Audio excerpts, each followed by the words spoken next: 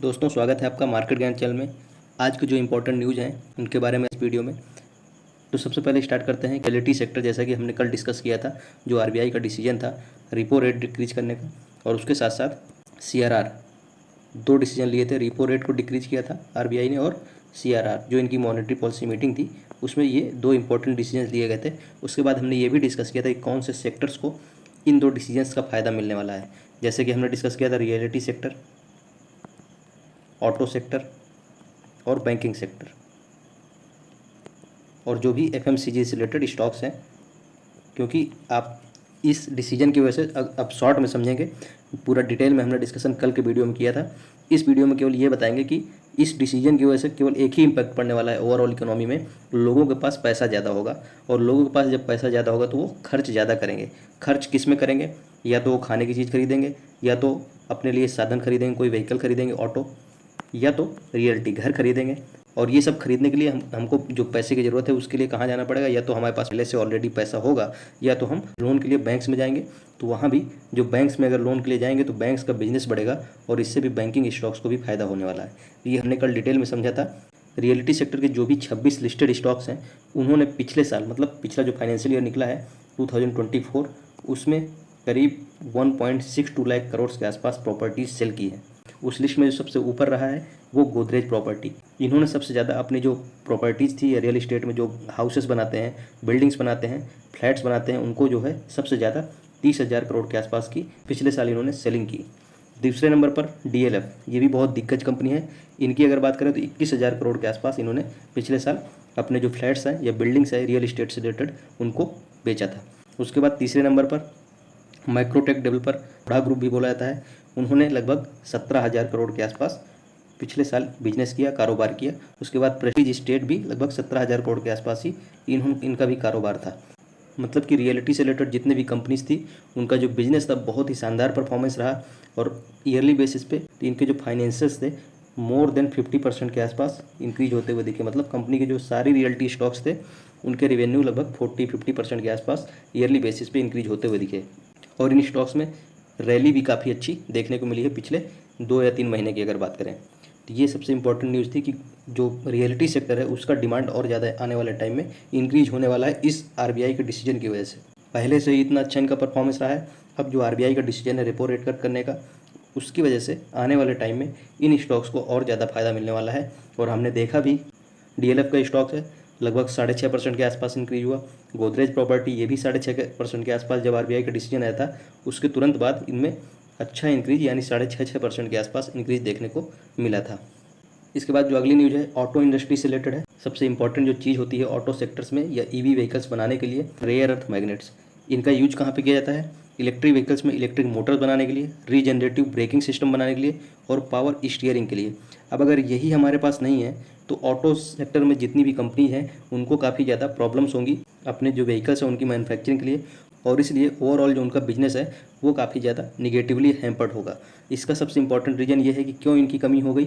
90% rare earth magnets जो है उनकी सप्लाई चाइना से होती है, लेकिन पिछले महीने जब ट्रेड वार स्टार्ट हुआ था डोनाल्ड ट्रंप की वजह से, तो चाइना ने इन रेयर अर्थ मैग्नेट्स का एक्सपोर्ट करना दूसरे कंट्रीज़ में बैन कर दिया था या बंद कर दिया था। इसकी वजह से जो भी ऑटो सेक्टर की कंपनीज़ हैं, जापान की जो कंपनी है हुंडई, उसने अपने जो प्रोडक्शन था व्हीकल का प्रोडक्शन बिल्कुल रोक दिया है जापान में। और इसके साथ साथ इंडिया में भी अब इसका इम्पैक्ट देखने को मिल रहा है, और ऑटो इंडस्ट्री के जो एक्सपर्ट्स हैं या बोलिए कि ग्रुप्स हैं, वो गवर्नमेंट का यहाँ पे सपोर्ट लेना चाहते हैं कि चाइना को कन्विंस करें, चाइना से बात करें कि वो रेयर अर्थ मैग्नेट्स जो हैं उनकी सप्लाई इंडिया के ऑटो सेक्टर्स जो कंपनीज़ हैं उनके लिए स्टार्ट कर दे, जिससे कि वो आसानी से अपना बिजनेस रन कर पाएँ और कोई ज़्यादा प्रॉब्लम देखने को ना मिले। आरबीआई का जो सीआरआर और रिपो रेट कट करने का डिसीजन है उससे किन स्टॉक्स को फायदा होने वाला है, ये एसबीआई रिसर्च ने बताया। इससे क्रेडिट ग्रोथ बनने वाला, क्रेडिट ग्रोथ बढ़ने से किन स्टॉक्स को फायदा होगा, किस डिपार्टमेंट किस सेक्टर्स को फायदा होगा। क्रेडिट ग्रोथ अगर हो रही है तो क्रेडिट देने वाले इंस्टीट्यूशंस को फायदा होगा। उसके बाद अगर क्रेडिट ग्रोथ हो रही है मतलब कोई पैसा ले रहा है, तो जो पैसा इंसान ले रहा है वो खर्च कहाँ पर करेगा, उन स्टॉक्स को या उन सेक्टर्स को भी फायदा होगा। आरबीआई ने सीआरआर को डिक्रीज किया है, पहले 4% से अभी घटाकर 3% कर दिया है। और रिपो रेट जो डिक्रीज किया है, पहले रिपो रेट था 6% के आसपास, अभी डिक्रीज करके उसको 5.5% के आसपास कर दिया है। तो इन दो डिसीजन की वजह से बहुत बेसिक या सिंपल लैंग्वेज में समझें अगर, तो मार्केट में लिक्विडिटी बढ़ने वाली है, मतलब मार्केट में पैसा बढ़ने वाला है। और मार्केट में पैसा बढ़ने का मतलब मार्केट में ऐसे पैसा फेंक थोड़ी दिया जाएगा। मार्केट की जो एंटिटीज़ हैं उन्हीं के पास पैसा आएगा। मार्केट की एंटिटीज मतलब आम लोग, जैसे हम और आप हुए, और या तो फिर कोई कंपनीज हुई या इंस्टीट्यूशन हुए। तो हम और आप क्या करेंगे, खर्च करेंगे, और कंपनीज होंगी, कंपनीज या इंस्टीट्यूशन होंगे, वो प्रोडक्ट्स की मैन्युफैक्चरिंग करेंगे। तो ओवरऑल बिजनेस के लिए काफ़ी ज़्यादा फायदा होने वाला है। तो यहीं से समझना है कि हम खर्च कहाँ कर सकते हैं। हम अगर लोन ले रहे हैं तो इसका मतलब बैंकिंग स्टॉक्स को फ़ायदा होने वाला है। हम अगर खर्च कर रहे हैं इसका मतलब क्या खर्च करेंगे, या तो ऑटो खरीदेंगे, ऑटो सेक्टर मतलब गाड़ी खरीदेंगे, या तो घर खरीदेंगे तो रियल्टी स्टॉक्स, या तो कुछ सामान खाने वाला। इसमें खाने वाले में बहुत ज़्यादा फ़ायदा नहीं होने वाला है। लग्जरियस आइटम्स आप खरीदेंगे तभी कुछ हो सकता है कि एफएमसीजी स्टॉक्स को फ़ायदा हो। तो इन सारी जो सेक्टर्स हैं, इन सेक्टर्स के जो स्टॉक्स हैं, जैसे ऑटो सेक्टर में अगर बात करें तो Mahindra and Mahindra, Bajaj auto, Hyundai Motors. Realty में अगर बात करें, लोढ़ा जो कि माइक्रोटेक डेवलपर्स बोलते हैं, गोदरेज रियल्टी, डीएलएफ, इन सभी स्टॉक्स को फ़ायदा होगा। वहीं अगर एफएमसीजी की बात करें तो HEL, Hindustan Unilever, ITC, Indian tobacco company, ये सारी जो कंपनीज हैं इन सेक्टर से रिलेटेड, इनको फ़ायदा होने के ज़्यादा चांसेस हैं। इससे अगर सीआरआर और रिपो रेट से रिलेटेड कोई भी क्वेरी है, आपको कोई भी चीज़ डाउट है या नहीं समझ में आया, तो आप कल का वीडियो जो है मैंने अपलोड किया था इसी टॉपिक पे कि जो आरबीआई का डिसीजन है सीआरआर और रिपो रेट को कट करने का, उसका किन किन स्टॉक्स या किन किन सेक्टर्स में इम्पैक्ट पड़ने वाला है। बहुत डिटेल में हमने समझा है कि सीआरआर क्या होता है, रिपो रेट क्या होता है, सीआरआर का डिक्रीज होने और रिपो रेट का डिक्रीज या इंक्रीज होने का जो बॉन्ड डील है उसमें क्या फ़र्क पड़ेगा, कौन से सेक्टर्स में फ़र्क पड़ेगा। ये सब चीज़ हमने बिल्कुल डिटेल में समझा है। वो सिर्फ इसी 2 टॉपिक के लिए, सीआरआर और रिपो रेट के लिए डेडिकेटेड वीडियो बनाया गया था, तो उसको आप जाके देख सकते हैं। इसके बाद नेक्स्ट जो टॉपिक है उसमें अगर बढ़ा जाए, एफआईआई और डीआईआई ने अपना जो फ्राइडे का इन्वेस्टमेंट था उसको इंक्रीज़ कर दिया था, क्योंकि आरबीआई का जो रेट कट का डिसीजन था उसकी वजह से जो एफआईआई और डीआईआई है उसका इंडियन स्टॉक मार्केट में या इक्विटी मार्केट में भरोसा बढ़ गया, जिसकी वजह से इन्होंने जो बाइंग थी वो इंक्रीज़ कर दी। और जो एफआईआईज थे उन्होंने लगभग 1000 करोड़ के आसपास की फ्राइडे के दिन केवल नेट बाइंग की थी।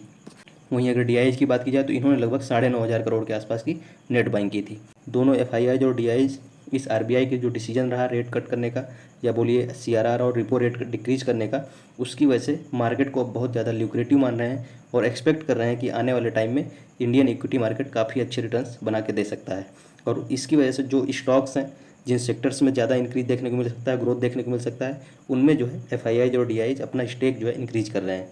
तो ये थी कुछ अपडेट्स इंडियन इकोनॉमी से रिलेटेड, या इंडियन इकोनॉमी से अगर रिलेटेड है तो उनका इंडियन इक्विटी मार्केट में या किन स्टॉक्स में इम्पैक्ट देखने को मिल सकता है, ये हमने इस वीडियो में डिस्कस किया। आपको वीडियो पसंद आया हो तो चैनल को सब्सक्राइब और लाइक ज़रूर करें, ताकि आने वाले टाइम में जब हम वीडियो अपलोड करें तो आपको टाइमली वो इन्फॉर्मेशन या जो न्यूज़ है वो टाइमली आपको डिलीवर हो सके, जिससे आप उसका फ़ायदा उठा सकें और अपने इन्वेस्टमेंट के डिसीजंस को आसानी से ले सकें। तो धन्यवाद, मिलते हैं अगले वीडियो में।